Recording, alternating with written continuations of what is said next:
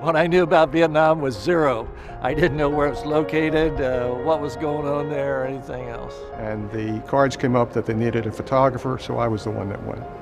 We were going to a place called Vietnam, and virtually no one had heard of it in those days. We were operating off of the carrier. We were on the Valley Forge aircraft carrier.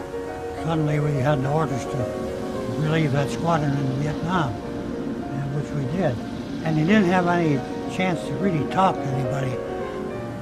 The people that I relieved, the squadron commander that I relieved, I had about 30 minutes to talk to him while he was heading back to Okinawa, and that was it.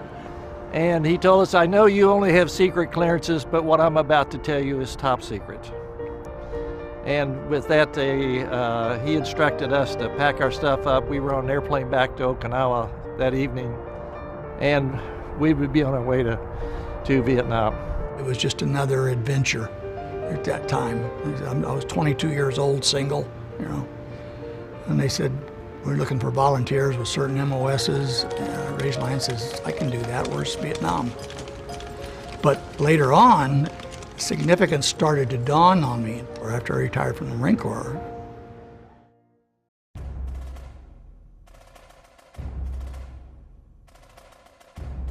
Operation SHUFLY was really pretty interesting because when most people think about Marines in Vietnam, they automatically assume it's the ground troops that went in 1965. But we actually had Marine aviators, helicopter squadrons that started rotating into Vietnam in 1962 through 1965. These were the guys who literally were flying by the seat of their pants. They were making things up as they went. It was a lot of adapting, innovating, and learning how to fly under combat conditions. So our missions that our pilots flew were designed to put the Vietnamese troops into appropriate landing zones, to evacuate them after these missions, to evacuate any wounded that were there, and then to resupply them there or at other outposts throughout the northern part of the country. It all was new. We had never been in an operation of that nature. We were all learning as we went along because the terrain was totally different from the south. They were out there, in conditions they had never flown under before, monsoon conditions, some of the mountainous terrain. They were dealing with a different kind of enemy. So there really is a sense of pride in how they were able to adapt. Navigating was interesting. It was because all the tree lines look kind of the same, and you have to learn your way around. It was very risky. I mean, HMM 362 literally had been flying 2 days when they had their first bird damaged by small arms fire and had to make an emergency landing. By the time HMM 362 rotated out, all 24 of their birds had been damaged by ground fire.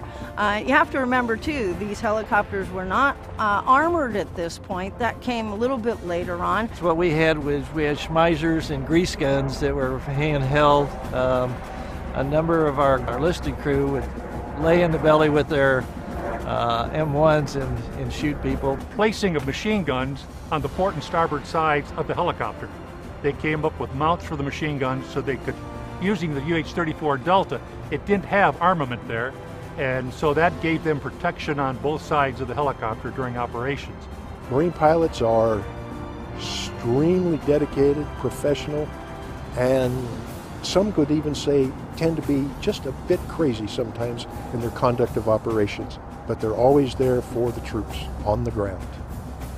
The interesting thing to me about SHUFLY is that this was It really was the confirmation of the whole concept of vertical envelopment in a jungle setting and against an elusive guerrilla-type enemy.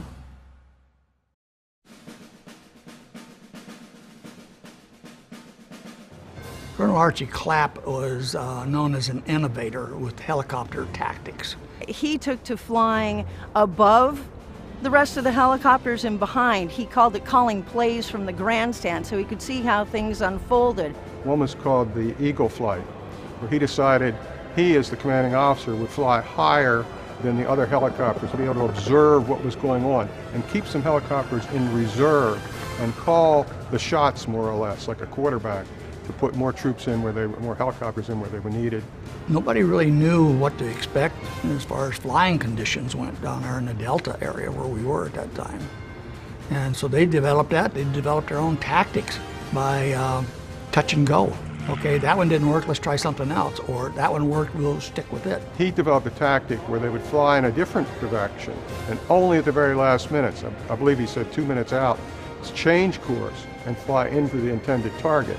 It would throw them off a little bit, give the Marines a chance to get in, let the other troops get out without receiving heavy fire.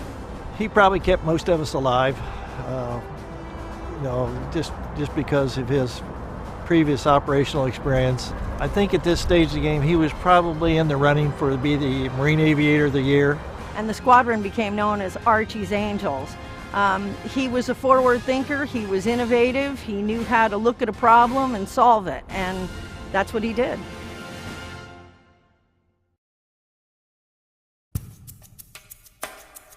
In Soc Trang, living conditions were pretty basic, and it was an airfield that had been built by the Japanese in World War II. It was very, very small, and it was pretty primitive living conditions.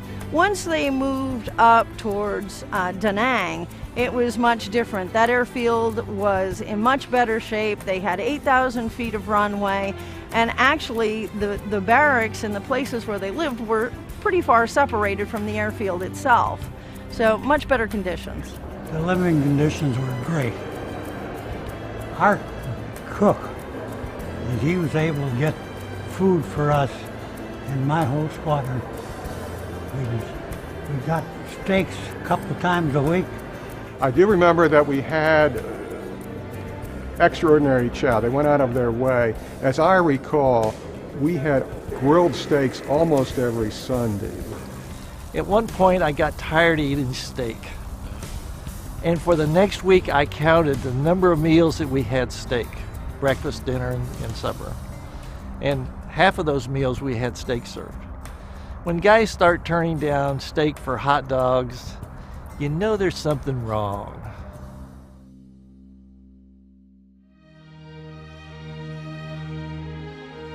That I participated in a groundbreaking operation, that it was a first for the Marine Corps, and I was part of it. That's, like I say, that's my claim to history, you know. I think in terms of Vietnam, it was very important, and it's sort of the unsung mission. I mean, when we talk about Vietnam, we tend to talk about the battle for Hue, the battle for Khe Sanh, the hill fights, Con Thien, places like that. But we don't realize that so many of the lessons learned came from SHUFLY. How do we get troops on the ground? How do we deal with ground fire from an elusive enemy? How do we deal with landing in some of the terrain that you find in Northern I Corps? Weather conditions. All that stuff came from SHUFLY. You know, that's the first place they dealt with it. Operation SHUFLY absolutely was considered a success. I mean, they were able to do what they came there to do. And not only did they do it, but they did it very well. The fact that later on the Marines were able to get their own complement of Huey helicopters, and then the Apache, came out of concepts of tactics and strategy that were developed during SHUFLY by those very innovative helicopter aviation pilots. Shortly after arriving at SHUFLY, I took a picture of a little girl in the village adjacent to SHUFLY compound. The little girl was standing at the barbed wire fence that separated the compound from her village. And her right hand was extended and holding a strand of the barbed wire fence, and there was a tormented expression on her face. I've always thought that that particular picture expressed the Vietnam War. There was a separation between us. Call it the barbed wire fence or whatever it was. But in that little girl's face, I remember Vietnam, and I remember the difficulties that we had.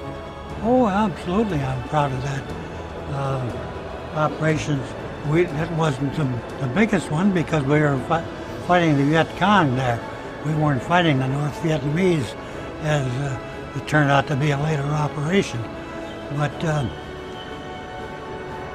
we were well pleased with what we had to do and how we did it. It's a minor chapter in the history of the Marine Corps, but actually the history of the Marine Corps is made up of many minor chapters which all come together in a compendium to make the Marine Corps what it is, a unique fighting unit that fights with intelligence, integrity, and also compassion.